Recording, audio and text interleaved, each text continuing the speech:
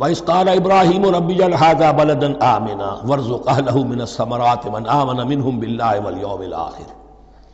اور یاد کرو جب کہ ابراہیم نے کہا تھا اے میرے پروردگار اس گھر کو امن کی جگہ بنا دے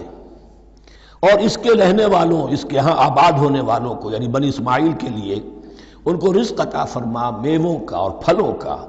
من آمن منہم باللہ والیوم الآخر۔ اب یہاں حضرت ابراہیم خود رک گئے کہ میں اپنی ساری اولاد کے لیے یہ دعا نہ کروں، اس لیے کہ وہاں روک دیا گیا تھا لا ینال عہد الظالمین۔ تو جو بھی ان میں سے ایمان اور عمل صالح والے ہوں اور یوم آخر پر ایمان رکھتے ہوں،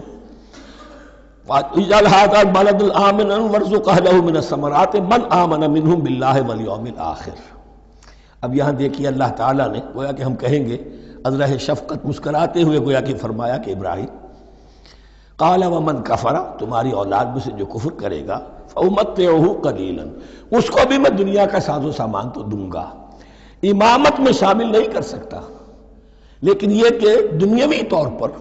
مال و متاع جو ہے وہ ان کو بھی میں دوں گا۔ ومن کفر فأمتعہ قلیلا ثم اضطرہ الی عذاب النار، ہاں پھر اسے کشاں کشاں لے آؤں گا جہنم کے عذاب کی طرف، وبئس المصیر، اور وہ بہت ہی بری جگہ ہے لوٹنے کی۔